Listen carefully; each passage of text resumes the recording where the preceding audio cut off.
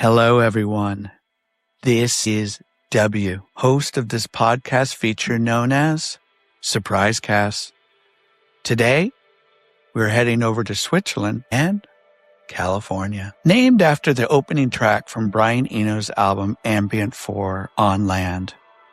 The Lizard Point is the transatlantic collaboration between Connor Devlin, known for his work with AWMA, Caseworker, and Half Film, and Jeffrey Scott of Slowness.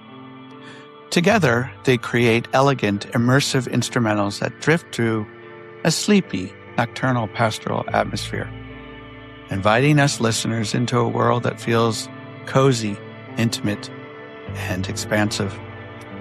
They are here to talk about inspirations, challenges, successes, and their breathtaking new album, In the Red Earth. Welcome to Surprise Cast. Connor, how are you, and what's been inspiring you lately? Hey, well, thanks for having us to start with. It's always a good question. What's been inspiring me? I was thinking about this earlier, and I think I was just in London last week to see some friends, and I have 4 sisters, okay, typical Irish family. And my older sister has a couple of sons, and one of them, he goes by the name Con Cook, and he's like a rapper, jazzy guy. And another sister has a son and a daughter, and her son is like a furious improv noise drummer. And they're both in their early to mid 20s, and they're both starting to kind of get known and get their names out. And they're gigging a lot. They're starting to pull people. The drummer is moving to Berlin with the entire band to kind of really make a go of this. So I've been sort of watching these guys since they were like 12 or 13, sort of watching their first, just sort of, first of all, the way they got turned on to music. And then that became making music. And now they're kind of on the it's sort of drifting into some kind of career plan for both of them. So yeah, just the last 3 or 4 months, listening to their records and seeing them live, that's been really pretty inspiring, considering the state of the music industry, just to see 2 people that you know very well, just continuing with the same passion and enthusiasm that me and Jeff had when we were that age, Absolutely. Have you been able to share your input or advice?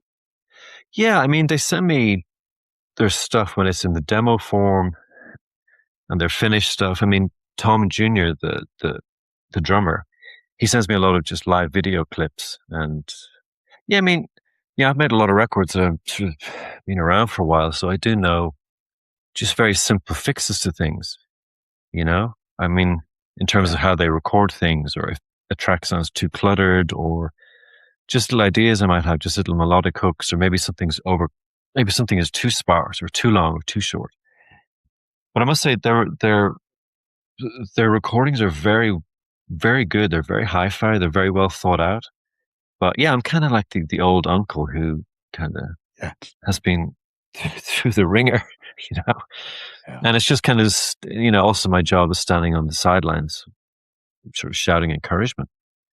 Which is a role I really enjoy. I just saw Connor the rapper on last Friday, playing like a sold-out show in London to 150 people, and that was amazing, And he was very down after. He didn't think he did a good job, so it was my role to sort of beef him up and tell him he was great, and he was great.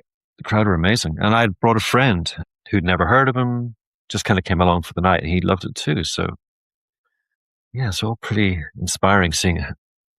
All this work pay off for these guys, Fantastic. Thank you for sharing.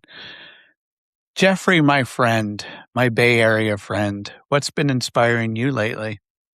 I've been really interested in Satyajit Ray, the Indian filmmaker, lately. And actually, I read a memoir of his that I borrowed from Connor when we were touring recently in Europe.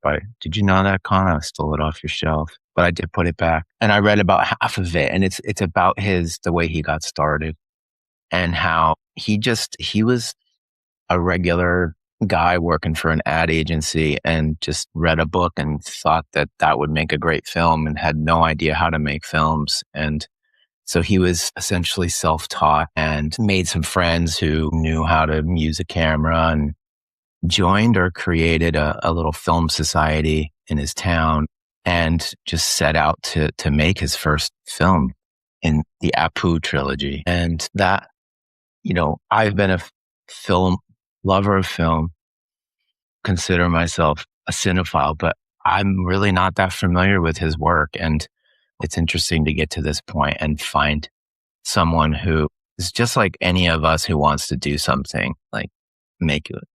I think about how we all got started. I think both Khan and I are self-learners and started very naturally. And so it just kind of goes back to that initial spark of wanting to do something and doing it. So what about this film director's work inspires you? What are you picking up on? What are you seeing? What are you feeling? He was told by everyone, you have to do it this way. You need to use all this gear. You need to use lights. You have to have makeup. And he's like, no, you don't. And they went out and did some film tests and with no makeup and no light. And that's how they made those movies. Just bare bones, skeletal crew, kind of like Wim Wenders, and just made something that resonated so well and broke total ground in the Indian film community. Like no films have been made like that before. And it sent a shockwave through the country, I think, of doing something completely new. Where did your love for film come from? It probably started actually with my parents, and they used to, on a Friday night, they would make dinner, and my one sister was already in bed and the other one was off doing stuff with her friends. I would stay in and have dinner and watch movies with them. And so that's where it really started, because they were into it. They were into theater too, plays, and they took us to them. But they would sit and watch. My mom would come home with like 3 movies and choose one of them and put it in. And yeah, I think that's what started it. Thank you both for sharing your inspirations. This conversation is going to focus around Brian Eno quotes. So the first quote goes like this: art is what you can get away with. Connor, I want to know, in your early part of life, what form of art completely shifted your perspective?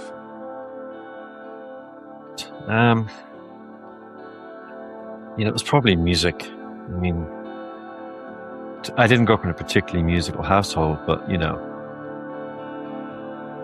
were like anybody else in the 70s and 80s. We had Top of the Pops on a Thursday night. We had Saturday morning television, and I think if it's in you, then it hits you differently.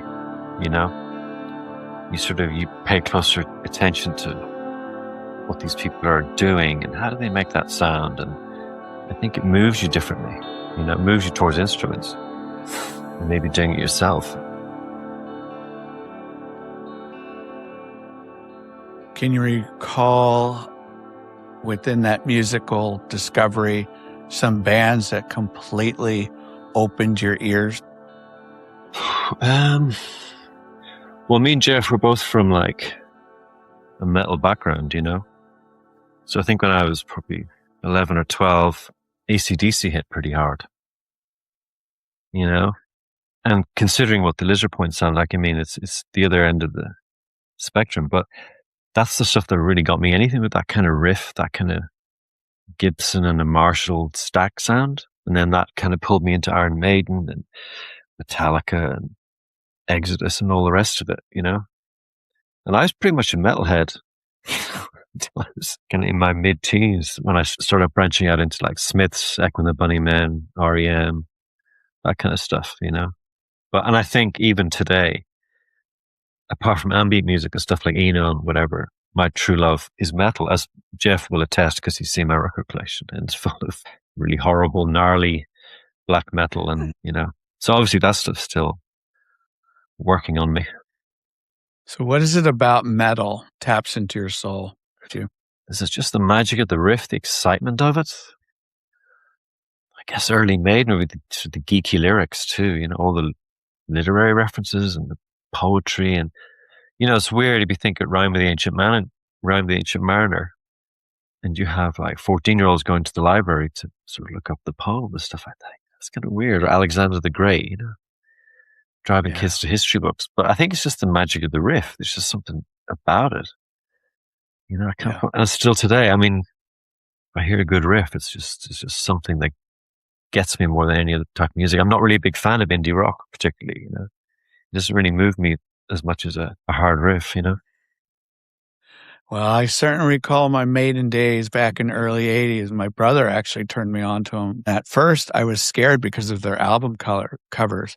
I think it was Number of the Beast or Peace of Mind, one of those. And he goes, no, just listen to it. And man, I'll never forget it. That coupled with Casey Kasem days. Thank you for sharing. Okay, Jeffrey, what about you? Tell us a moment in your early part of life where any form of art completely shifted your perspective. Well, it's really the same. Con and I take a very similar trajectory in that AC/DC to Smith's jump.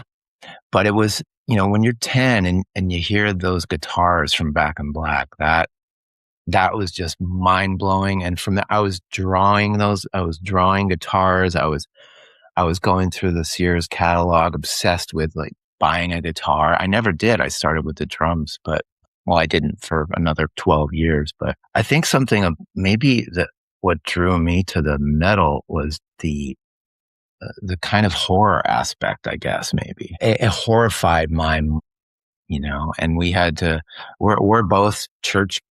I mean, I had to go to church every Sunday. We grew up in clean households and schools and very strict and puritanical. And so to see those guys doing what they were doing in the face of that, and then to move into like Maiden, and, I tried putting up a poster of Eddie with a chain with the ball and the spikes on it, and my mom made me take it down. I couldn't keep it up, but I could keep up Eddie Van Halen. So yeah, it was, it was those guitars and their ability to, I guess, get away with it. Like the Eno quote, they're getting away with murder in a way. I liked how it made my parents worried about me. And now they get it, I think.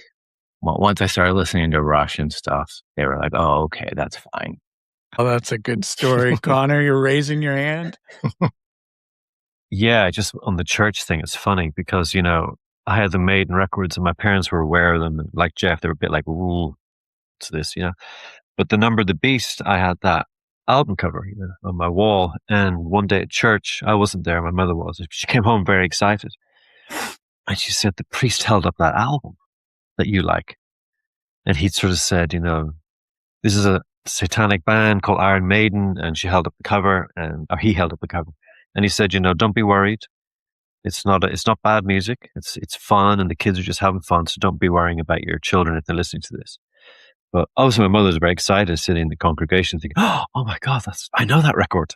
So she came home really excited to tell me that the priest had been talking about Iron Maiden. So yeah, put me on the map for a minute or two.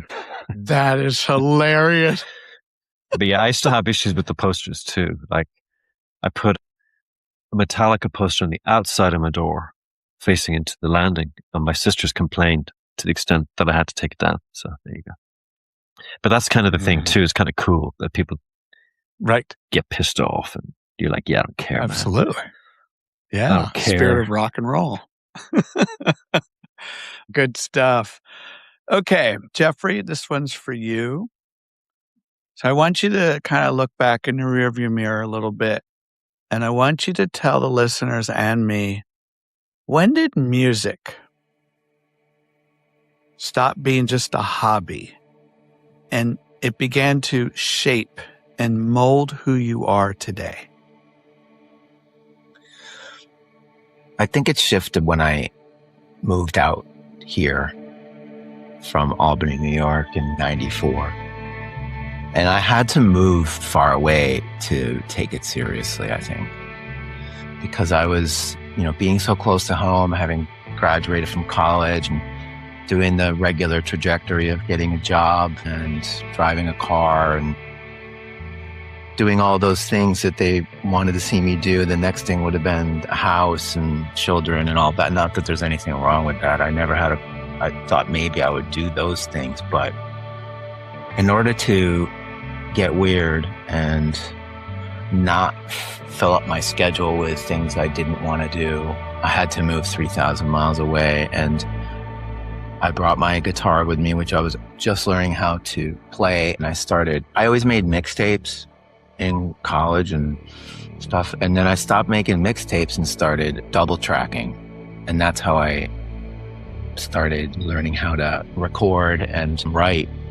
And I couldn't write for the life of me, but that's how I was using my portable stereo with 2 cassettes in it. I was using it to double track, and then even 4-track with, then double up and start getting all the hiss. And yeah, I was like, I want to do this. I want to be in a band, whatever that means, and make it instead of just love listening to it. When you came over to the Bay Area, did you have any friends here at that point, or were you kind of flying solo on your own?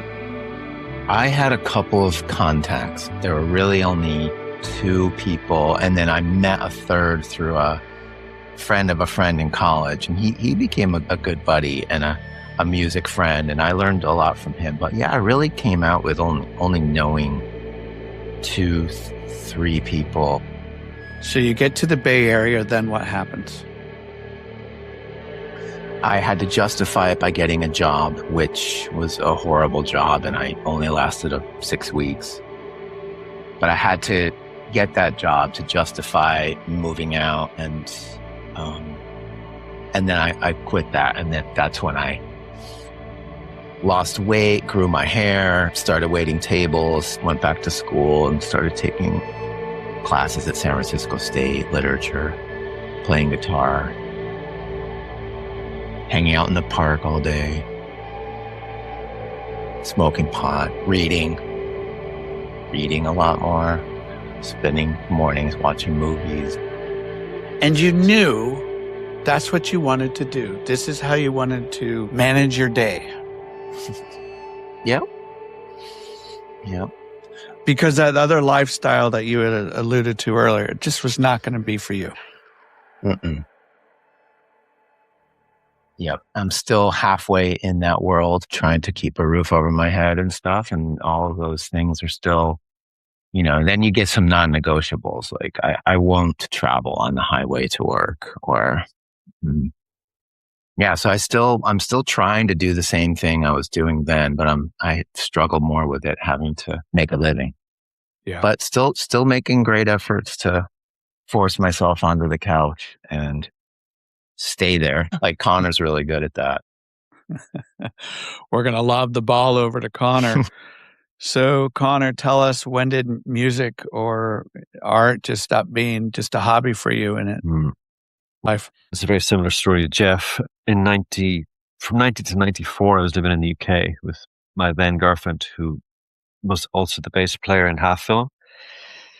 And we were sort of very enamored with American records and, American cities and American lifestyle. We'd never been to America, but, we read about it a lot in literature, and we loved American groups, in particular San Francisco groups like Swell, American Music Club, Red House Painters, and so on. And in 94, we got the opportunity to get a Morrison visa, which is basically you get the opportunity to apply for a green card.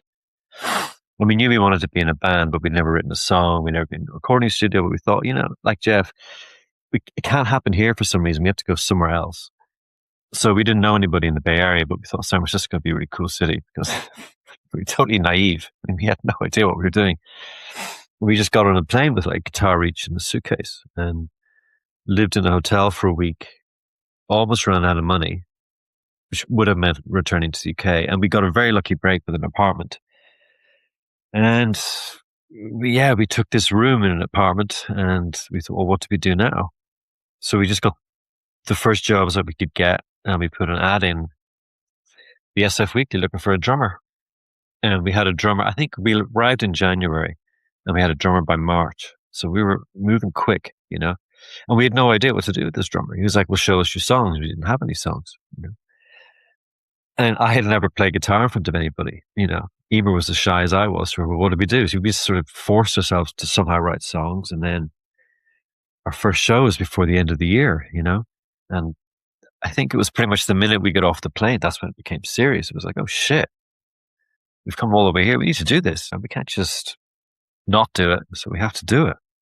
It was pretty much as soon as I got off that playing an SFO, I was like, okay, we're gonna do this. And I was terrified the whole. I'm still terrified of playing live, but I had to do it, and here we are. How old were you at the time? 25, which is quite old to get started. Really, I mean, I didn't buy a guitar. I didn't have a guitar till I was about 20. We kind of written bits and pieces, but there was no confidence, and there was no like great urge to get on a stage and blow people away. It was more like just making records. That's what still gets me. It's the records. The playing live thing doesn't particularly interest me. I do it because we have to do it, but it's the record. It's the kind of creating that sound world and creating that, those 40 minutes of whatever, just escape. That's what I love doing. I love diving into making records. Yeah. But, in America, there's the great emphasis on playing live and being good live bands. So, we got out there and we did it. And Jeff eventually saw Half Film, 4 years after we had, actually towards the end of our career in Half Film. I think he saw the last concert ever. So, which was where? It was at the Maker Room. This is a record release for our second album at the Maker Room. And there was a lot of people there, and we were kind of loud and quite confident by that point. So from those two little leprechauns to, 95 to 99 and being kind of confident and having played hundreds of shows and made 2.5 records, whatever, we kind of did it, really. We weren't hugely successful, but thank God we did it.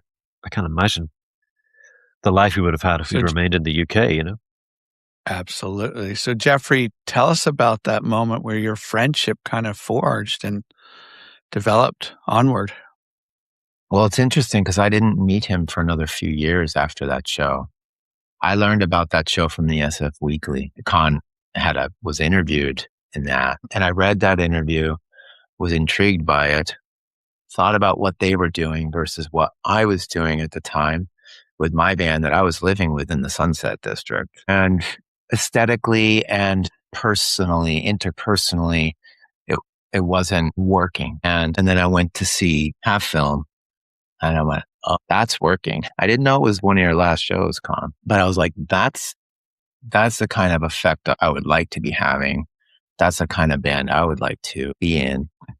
I didn't know anything about him or them, but I think I did. I knew a little bit of the story of their coming over, and because in that article, I think you were referencing Red House Painters and Swell and American Music Club, all of which I was a fan of, familiar with. And then no one ever talked about REM and brought up REM. I said, I gotta go see these guys.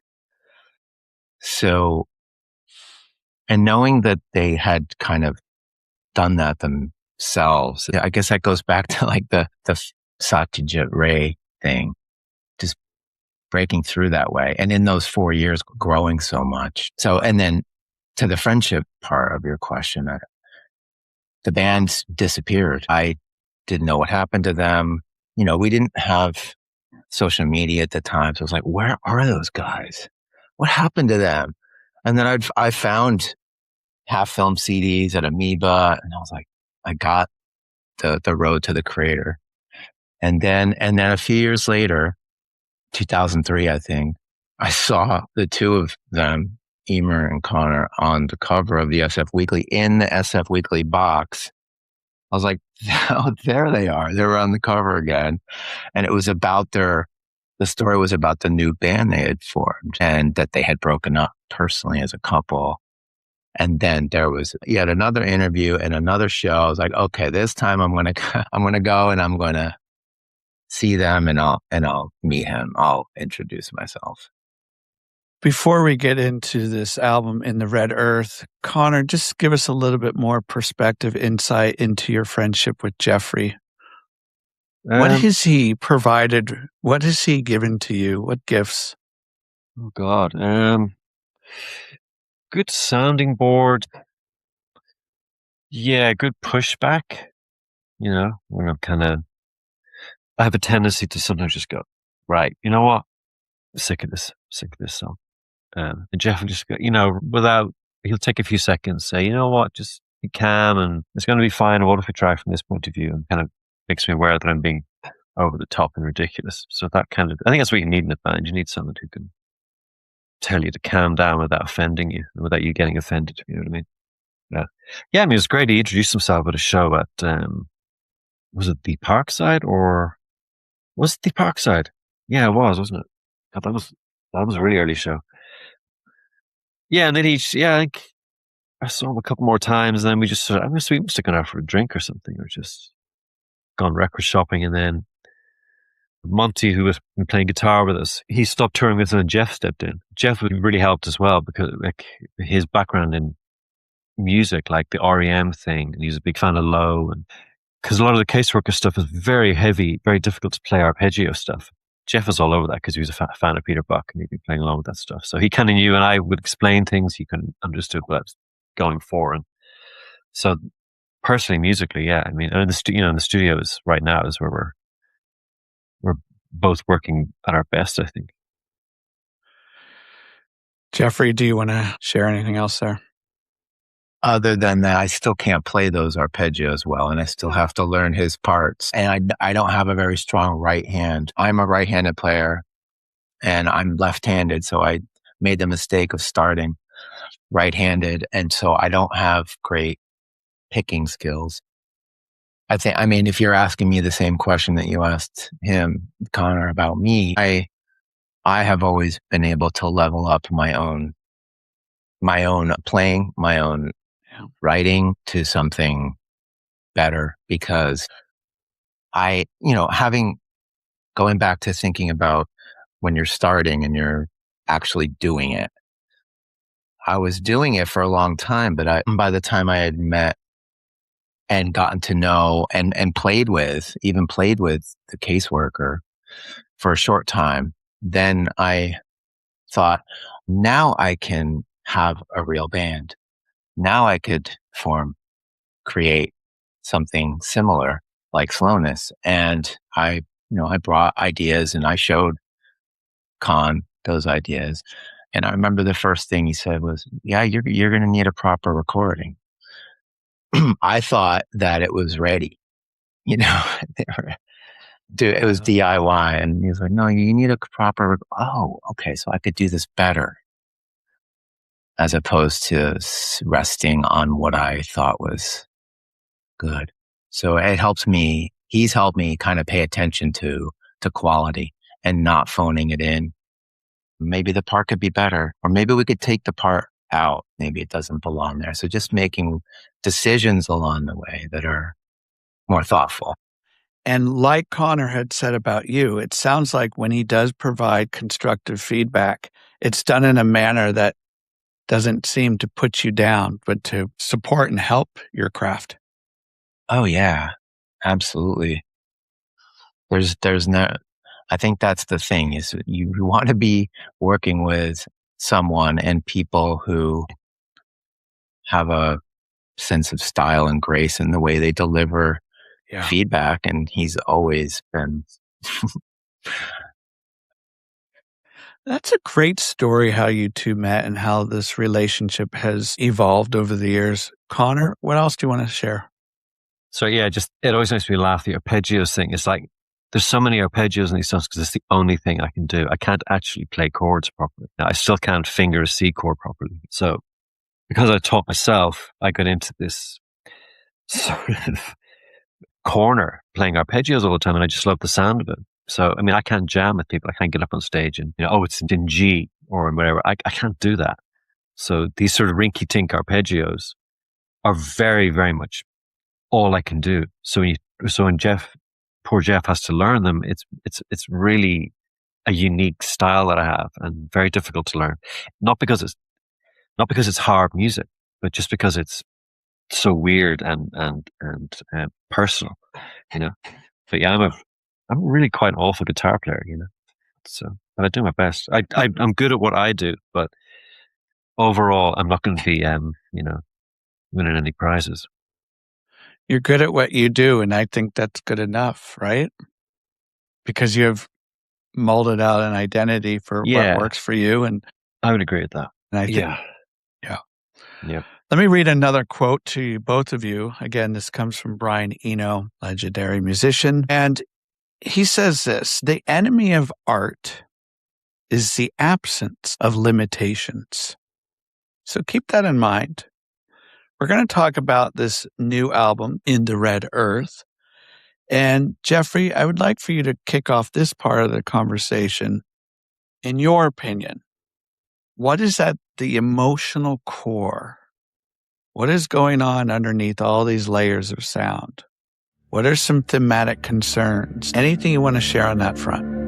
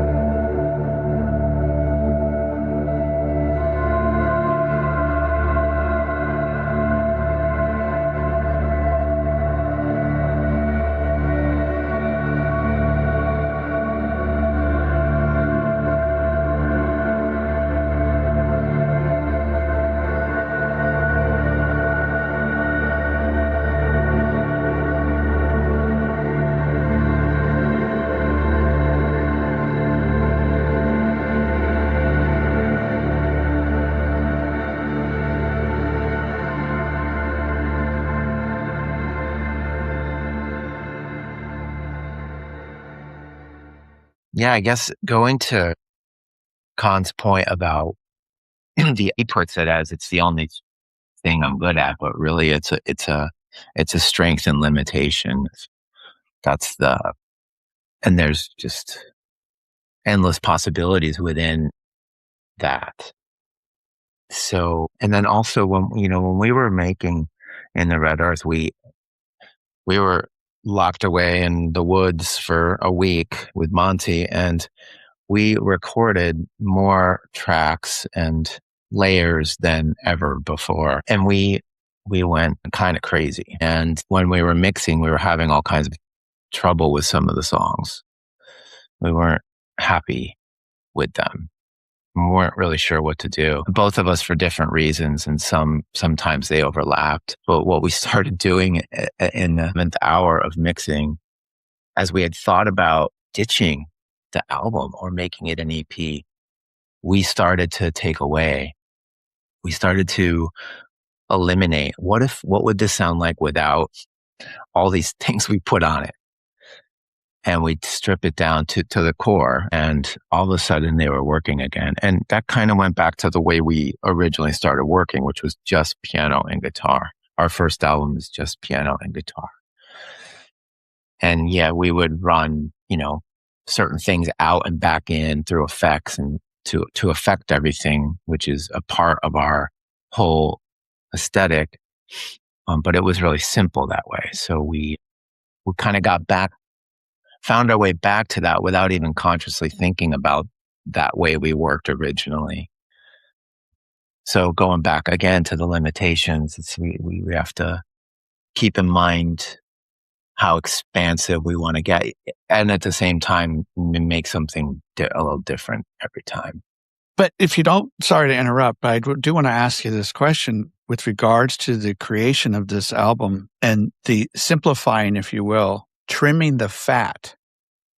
When you two arrived at that moment, like, oh my God, we really need to scale it back here. Where do you even begin? Like, that must be a very difficult, arduous process. Jeffrey. Oh, okay. I was thinking Connor might want to. Okay, go ahead. If you want, he might have something to say about that. Connor, go for it. So, like when we're thinking about kind of cutting stuff, for me, if I'm in the middle of making a record, like when we went to the woods for that week, all I'm thinking about is that record. So that thing's on a constant tape in my head all the time. If I'm having a cup of coffee, I'm hearing the music in my head.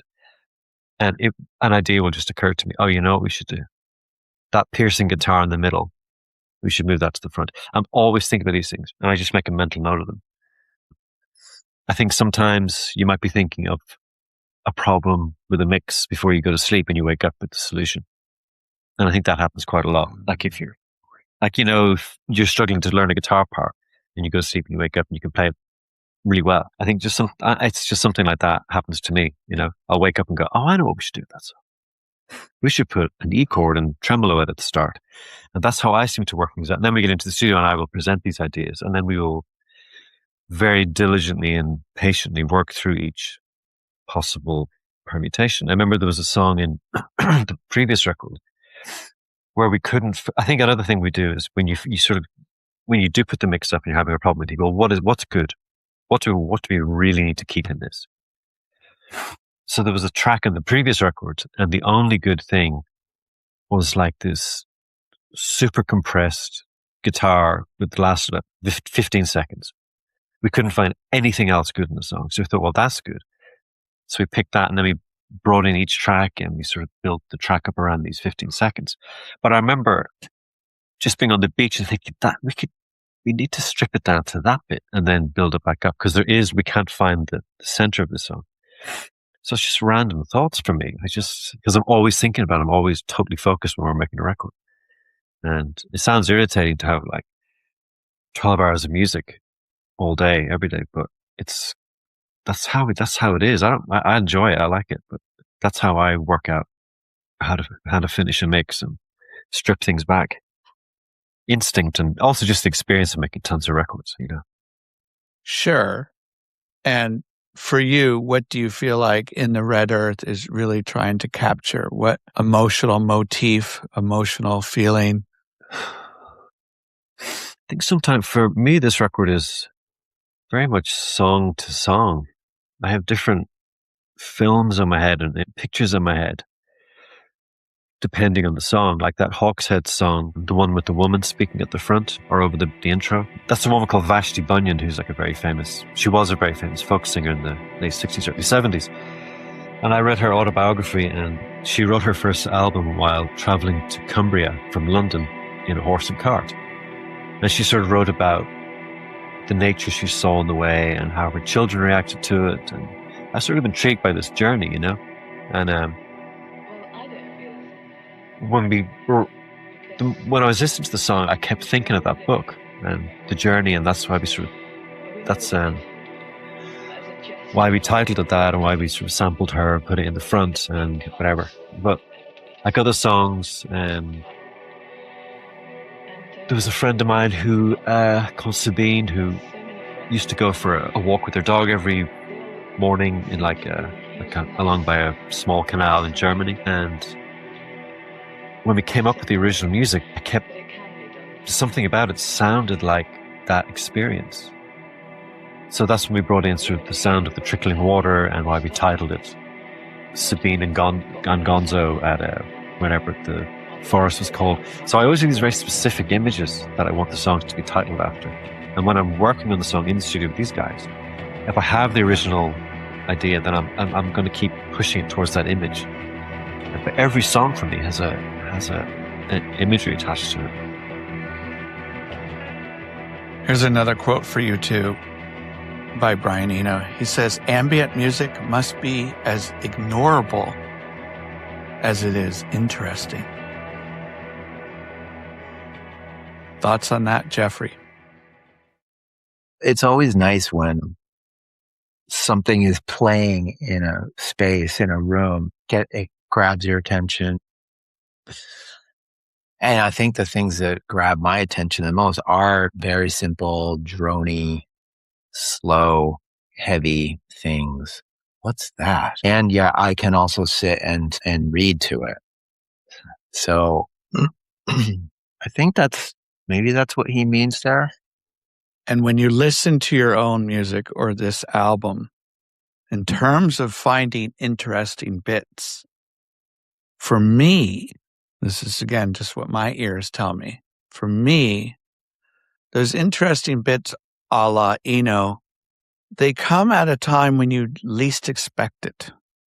It could be a long, slow intro, and then you feel that moment. You feel those ticking seconds. I feel like with this album, there are these little surprises that happen along the way. And there's some great melody there. But I will say, for the average music listener, they kind of have to work at it a bit. They have to train those ears. And if we want to call your music experimental, ambient, however you want to classify it, this is an album that it's a really good meditative piece that combines all these elements that I particularly like in ambient music. So what is it that you want your listeners to walk away with after having this experience with the album? Connor? I don't think I would have any specific aims for the listener. I mean, I would hope the sleeve art combined with the song titles would be intriguing, and that they would maybe be inspired to have their own imagery or experiences or thoughts about it. I mean, my experience is going to be completely different from everybody else's. But I'm trying to make something that's warm and pleasurable and sounds really good and is interesting to listen to on headphones. But beyond that, it's kind of out of my control, I think, isn't it? We're doing our best to give them something really nice. But if you don't mind me pushing back a little bit, and I completely respect what you said there. I've heard from time and time again from artists, musicians in particular, that say, I just want the listener to experience it at their own time, rate, experiences, story, whatever it is. And I understand that, sure. But isn't there a scintilla of thought, an idea when creating an album that, yes, you can't control the minds of how people listen to your music, but isn't there a moment where you might sit there and go, yeah, I want them to feel this long-winded intro, this outro, this bridge, whatever. This is what we're making it. Yeah, there's definitely certain I would agree with that. There's certain points in the record that excite me when I hear them through the speakers, or make me smile, or make me sort of swoon a bit. And I would hope that those moments would be pretty much directly transferable. You know, like the way a drum beat coming in behind a hard riff hits everybody pretty much the same way, like Jeff mentioned Back in Black earlier. Everybody knows that moment when those drums come in. It's brilliant, you know. But yeah, I mean, there's a song called, what's it called? Zapna, Svapne on the record, which is about that moment where, you know, when you wake up from a dream and you can't quite place where you are. You might be on holiday in a strange hotel or somewhere, and you wake up and you go, oh, there's those 2 seconds before your brain clicks in and you remember where you are. So like that song was us trying to elongate those 2 seconds into five minutes. That brief process was stretched out. And there's a particular chord change in the middle where a keyboard sort of comes in from the left-hand side. To me, that's my favorite part of the record. And I think if you're an experienced record listener, particularly to ambient music, you'll recognize that and go, oh, that's really good. Like, you know, the way when you listen to Boards of Canada record, there's just certain moments that we're all triggered by, you know, when that keyboard comes in. Yeah, for sure. There are those kind of moments. That's kind of, I would agree with you there for sure. But I guess overall we've no control. But yeah, there are certain moments, of course. We're all getting the same kick. That's a beautiful track you just referenced. I love the shimmery effect that it has at the beginning. Jeffrey. Yeah, I was just going to add that I think that is what we have in mind. We don't necessarily have like an emotional core you're asking about. We don't go in thinking, oh, we want to have this emotional response, or this is about this. It really is just it's more form oriented. We share stuff back and forth, original demos, and then they get built upon. And that's where the ideas start coming. And that's where, you know, Con will title something because it evokes something, but we don't go in thinking, oh, this is going to evoke something. It starts first just by doing it. And then something's there to, to build upon. And then when it comes to the taking away of things and the editing, I think probably now after this last one, we're probably doing more of that in time and making different decisions along the way, as opposed to just packing everything on top. So we're front loading now instead of getting to the end. And like that song that he referenced, was it Svapna? I think that had so much on it, that had a rhythm guitar on it. It had drums on it. And we took all of that away. And you were wondering, how do you even begin? It's just a process of shared notes, of transparent notes, and then we talk about them, we listen to them, we agree on, and then we bring them to Monty, and then he'll start to adhere to those things, and then when something's not working, if something's just too boring, or if it's, as Con would say, shite, we'll figure out what we need to do to make it not shite. And so it's like Michael Stipe says, it's really hard to make records that don't suck. So a lot of it's in the editing of, Monty's the producer, correct? Yes. Okay. Connor? Yeah, Monty's very much the producer, but also sounding board, third member, mediator.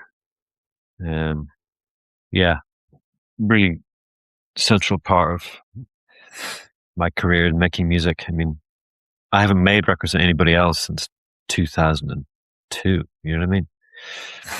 So I trust his judgment and I trust his instincts, and it can be tough medicine to swallow sometimes, but he knows his onions, so he's frequently correct, But it's funny you come back to that when you're talking about limits. I think I'm pretty good with limits, and I think I remember reading an interview with Jay Mascis, from Dinosaur Jr., and he was saying when he got money from a major label, he went down and he bought like 20 guitars and 400 pedals and 10 amps, and they said, write the next record, Jay. And he had all this stuff, and he couldn't write one song because he just couldn't make any decisions because he had so many options all the time. So he realized this, and he just stripped it down to his Big Muff, Marshall Stack, and a jazz master. And he imposed limits, and he made a great record. Jeff was talking about Satyajit Ray earlier. Now the Apu trilogy was made on a shoestring. That's limitations for you. You can work magic if you have only limited gear. I limit myself to 4 pedals pretty much. And when I'm making demos, I limit myself to 8 tracks. And I limit myself to 2 tunings only. Otherwise, you lose focus and, cohesiveness if you're working on a project. Yes. And if I can't, that doesn't go against, I'm into accidents. I think accidents are great, but I think limits are super important if you're going to stay focused on and finish a project. On process and experimentation, Brian Eno also says this: repetition is a form of change. Some people who listen to Brian Eno's ambient music, it drives them crazy because that repetition is often, and they don't feel the change. They don't see the change. They can't locate it. I happen to fall under that banner of, that's one of the things I love about that style of music. So, Jeffrey, if you wouldn't mind speaking to that, however you can, repetition is a form of change. The creation of some of these songs on this album, that's something you embrace. Yeah, I'm the guy in the band. I mean, I might not be the only one, but the dronier, the better for me. I love a single note just going forever and ever. I'm getting a little bit less like that, but within that, there's a sort of, it's like Indian sitar music. It's the same thing going forever. It's just need to be able to space out and dream or fall asleep, but I do, Khan has helped rein that in a bit, because our music, it really isn't that ambient. It's also, it definitely blends into their songs and with parts. And since we have been doing this, I have become less of a lover of that single note drone thing. I do want something else. Yeah. And I think that our stuff isn't that. So we call ourselves ambient instrumental, and there are moments of ambient, but there are also moments of dream pop and black metal. And so, Connor, you wanted to share something? Yeah, I'm not sure what Brian Eno means by that at all. It's kind of a catchy phrase. I wish someone could explain it to me. But I do like repetition for sure. I mean, I like, the classic krautrock, the metronomic beat, and I find it very exciting when a band can sort of get into a lock groove for 2 or 3 minutes.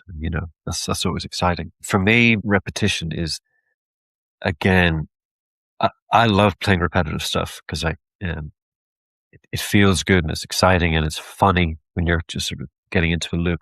But it's also, again, another limitation of my playing. I play a lot of repetition because I'm not very good at changing chords.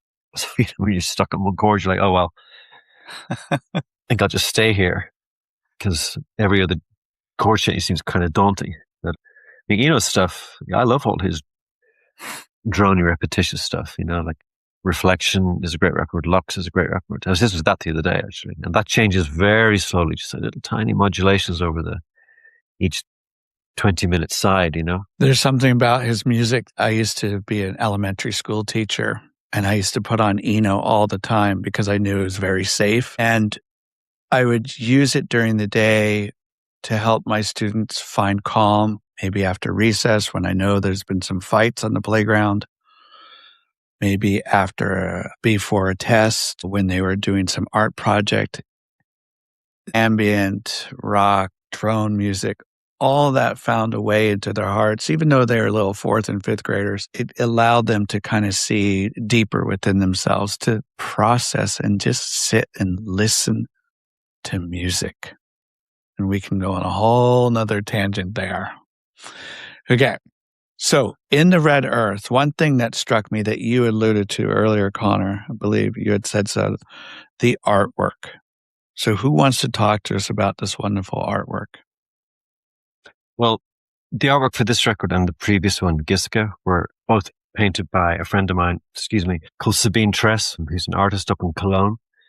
And she had been a fan of The Caseworker. And we had met through a mutual friend who worked in a record store here. And she said, if you ever want to use any of my art, just let me know. So she has a great Instagram page, which she updates regularly.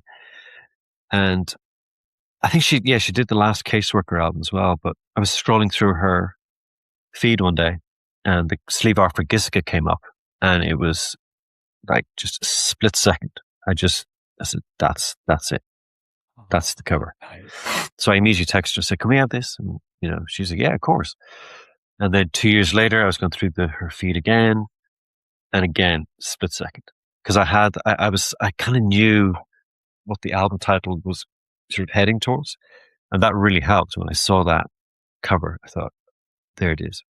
So immediately I texted her again and said, can we have this? And it just, for me, they're just, as a couple of records, if you hold them up side by side, to me, they're just it's like a double album or something, But that's where the artwork came from. Sabine is just, I think she's super talented, and she just has some of her stuff sometimes just really knocks me out. And like in those two instances, there are others, obviously, but those two really got me.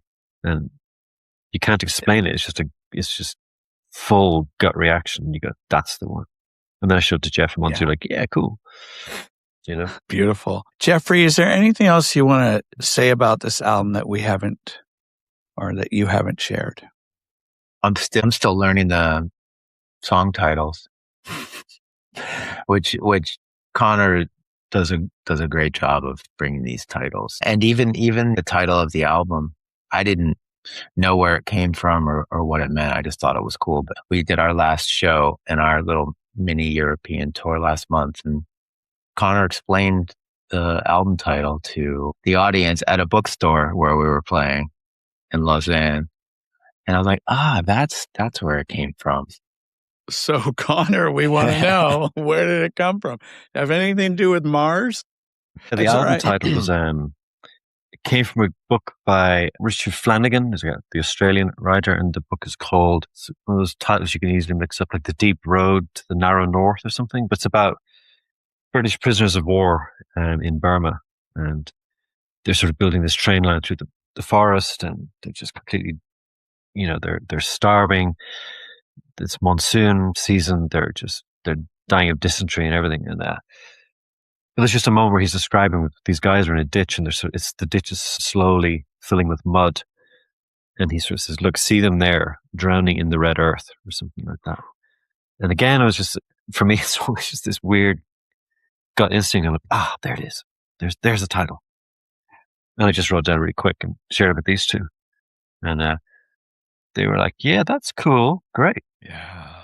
So I was prepared to fight for that one. I thought that was a really good title. Just kind of romantic. It's got all these possibilities. You don't really know what it means. And it just suited the artwork too. And yeah, that's where the title came from. But there's always, all the literature's always wound into what we're doing anyway, because you get these great images from books and then they somehow translate into pieces of music too. You go, I remember that book, or it reminds me of this, or whatever. Yeah. All right. We're going to step away from the album. I'm going to ask both of you a very challenging question. Jeffrey, you're going to go first. Here we go. I want you to tell the listeners and me a challenging moment in your life that forced you to rethink who you are as a person. And how did that experience change you? It kind of goes back to making the decision to run away and escape, to come here, to become free, I guess, of what was expected to me. And I hesitate from telling it because it's not, when you make these decisions, you're moving away from what other people expect of you or who think you are.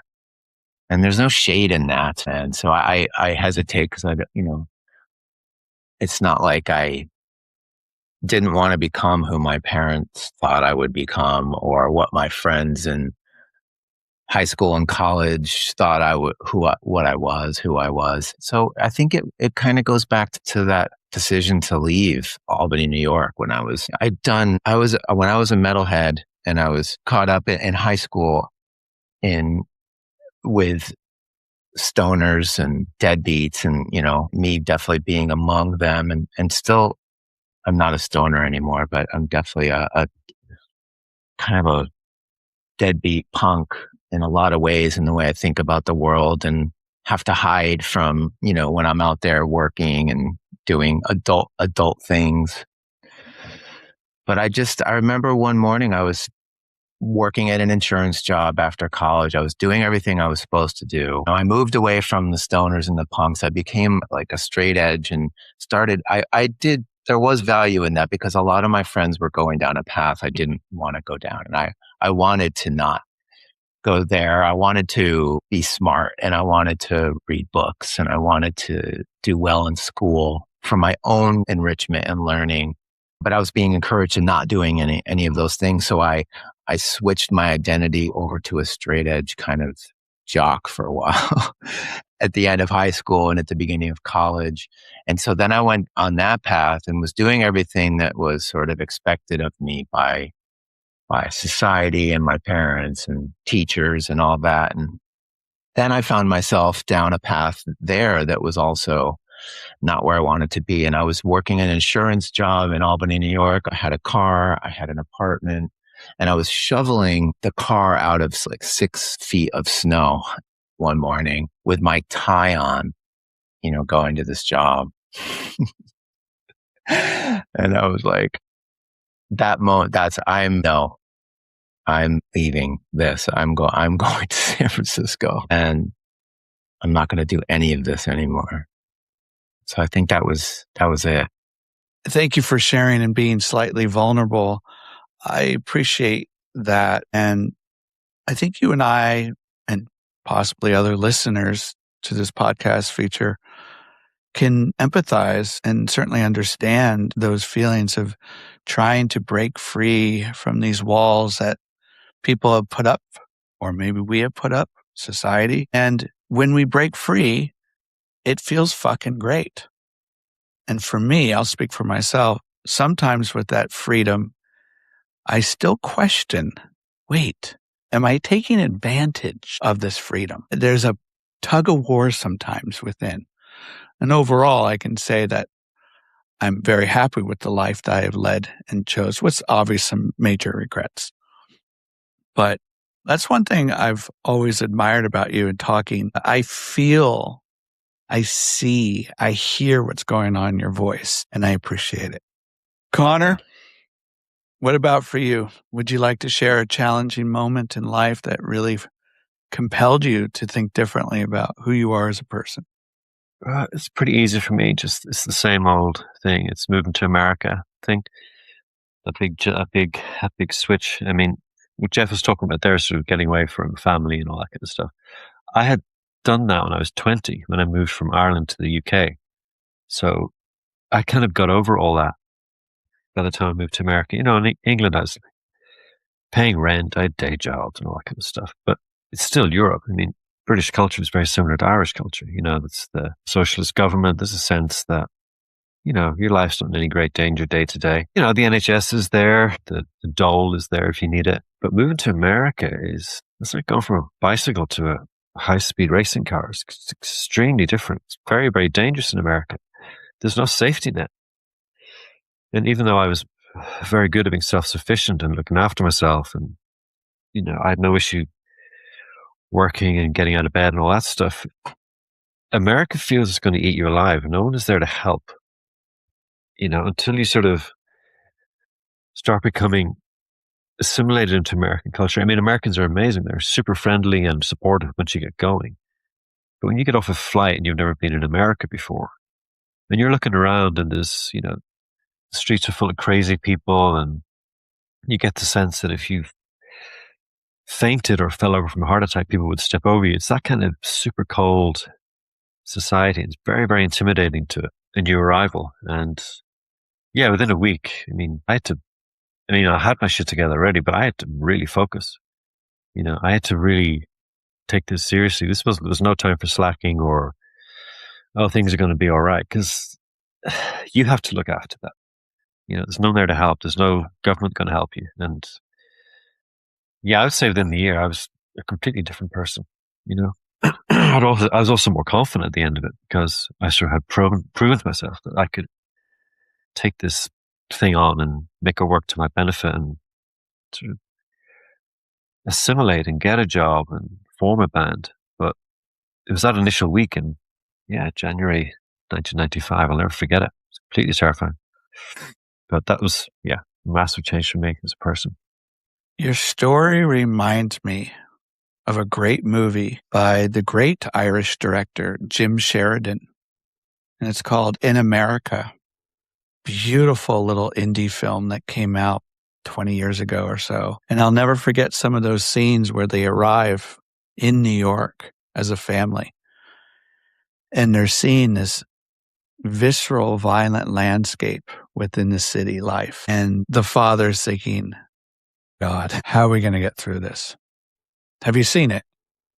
Yes, I have seen it. And it's got that picture of America. It's completely, there's moments where they might have an afternoon in the park and it's the best time they've ever had, but then they have to go back to the reality of living in a cold water flat and a 3-floor walk up or whatever, you know. And the strange thing about that movie is that my sister did the costumes for it. It's very weird. Are you serious? Yeah, I'm pretty sure. I need to check that. I'm pretty sure she was involved in that movie. Yeah. Like she was a costumier for like 20, 25 years. And I think that was one of her very early shoots. She would have been a very junior assistant at that point, but yeah. It's an incredible that movie. Struck a chord for sure. Yeah. I totally related to it. I highly recommend it for all the listeners. Constant fear. Okay. Thank you both for being courageous enough to share some of that personal stuff with us. Speaking of recommendations, Jeffrey, would you like to share an album or two you want to recommend to our listeners? Maybe a concert you went to that still resonates today? Maybe you have some merch or music memorabilia. The new Sun album is really cool. I just got it and I love it. And then another one I got recently, and this is pretty far out from what we're talking about and stuff, but it's, Sister Nancy, the reggae artist. I got turned on to her just a couple years ago. You never hear women in reggae, and Sister Nancy is, I don't know if she just has one album. This is her self-titled, and it's just great. You're absolutely right. You don't hear or see too many female musicians within reggae. When I go to Amoeba to the reggae section, it's hard to find. Oh, Jeffrey's holding up. There it is. It might just be self-titled. Okay. It says 1-2 at the bottom. Maybe it's called 1-2. And the famous song on it is Bam Bob. You'll recognize it when you hear it, I think. All righty. Great To do. stuff. Thank you. Connor, what would you like to talk about? I was just checking to see what I just recently downloaded, and it's just a bunch of Harold Buds records. Oh, nice. Just sort of gone through a period of him. But yeah, there's one called Luxa here, Luxa, by Harold Budd. I totally recommend that. That's about the newest thing I've heard. But other than that, I always tell people to go buy Scott Walker's third and fourth records, because they're just endless favorites of mine for, God, must be 35 years now I've been listening to that guy. But yeah, I can't get enough of those records. Just the lyrics and the high strings. He's a huge influence on us, by the way. His background drones and like we try and mimic his. I certainly always have in the back of my mind his high strings. You know, they're always just slightly off.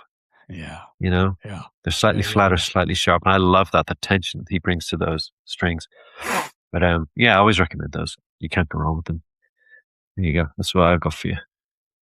Jeffrey, any important concert dates, new releases coming down the line? Anything you want to share for your band here? We are scheduled to play in New Haven on October 10th at the Eli Center for Contemporary Arts. Is that right, Con? Yeah. And then we're in the process of booking a couple of New York shows that weekend too. So we'll be on the East Coast in October 8th. And that's all we have scheduled for now, except we are looking into more European dates, potentially in the fall, and then definitely next spring when we release our next album, which is in mixing now. Fantastic. All righty. Keep our ears open for that. Final question. Connor, here we go.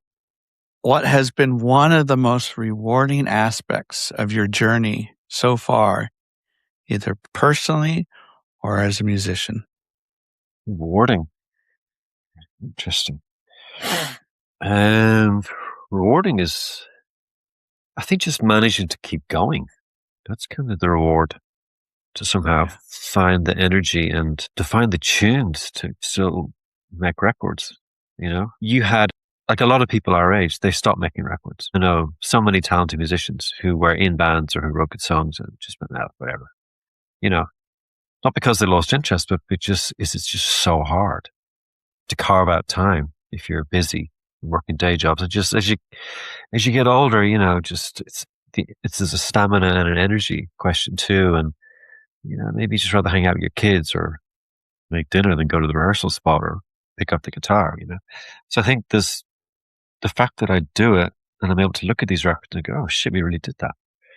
You know, like I would say this time last year, Jeff was like, oh, let's do some shows. And I was like, there's no way on this earth you are getting me on a stage, and that's bad enough. But a tour, got to be kidding. But 6 months later, I'm sitting in a record store playing live. And that was, of course, in hindsight, he was correct. And it was very, very rewarding to do that. The 10 shows we've done since then, in the last 4 or 5 months, have all been really, really good fun, you know? So yeah, that's the reward. I was listening to your podcast with Chris Brokaw, and he's like another example. He's someone who just keeps going. And I really admire that guy. You know, he plays here a lot. He plays Lausanne pretty much every year. Well, I've seen him here a bunch of times. But yeah, whenever I look at that guy's discography, I think he's so great. He just gets up and he does it. And I know he tours Europe by Eurail. You know, he gets on the train with the guitar and he does his 8 shows and goes back and plays with Codeine, and he's made that record with Tanya now. And you know, but yeah, I think the doing it and the continuance of it is the reward, really. Yeah, that makes sense. Beautifully stated, well articulated. Jeffrey, what about for you? Yeah, I can echo that entirely. It's nice to be on this trajectory now of where we've been and what we're doing and what we'll continue to do. You know, having that rock band past, I mean, it still could happen presently. No shade on the traditional rock band, but it's been really nice. And no shade on drummers. I love drums. I am a drummer at my core. But to do something at this point in our lives where you don't have to sing and you don't have cymbals crashing, it's nice to make music like this now. And it does make it a little bit more sustainable, I think. Yeah, it isn't easy. We just drove around Europe, and that is no pleasure cruise. Those highways are really not much better than here. Some of them in certain places. And it's expensive and it's exhausting. And I'm always trying to find ways to make it easier. There's no reason why we have to suffer. And so we're constantly figuring out how to get out of the grooves of our old selves, right? Where you're in a van and you have amps and you're, crashing on a floor. And fortunately now we only do some of that. And so, yeah, to be still doing it and to know that we have 2 albums in the pipeline. So it's not going to stop anytime soon. In the Red Earth by Lizard Point, Jeffrey and Connor, thank you so much for being part of this conversation. I really appreciate it. The high intelligence level, the well-articulated answers, this beautiful album that I highly recommend. Everyone can go find it on Bandcamp and head over to their website and keep your eyes out and ears open for anytime they hit your city. I want to end with a quote. This time it's not by Brian Eno, it's by Rick Rubin, famous producer. And this is what he says. This is from his book, The Creative Act of Way of Being. You must read, in my opinion. He says this: living life as an artist is a practice. You are either engaging in the practice or you are not. It makes no sense to say you're not good at it.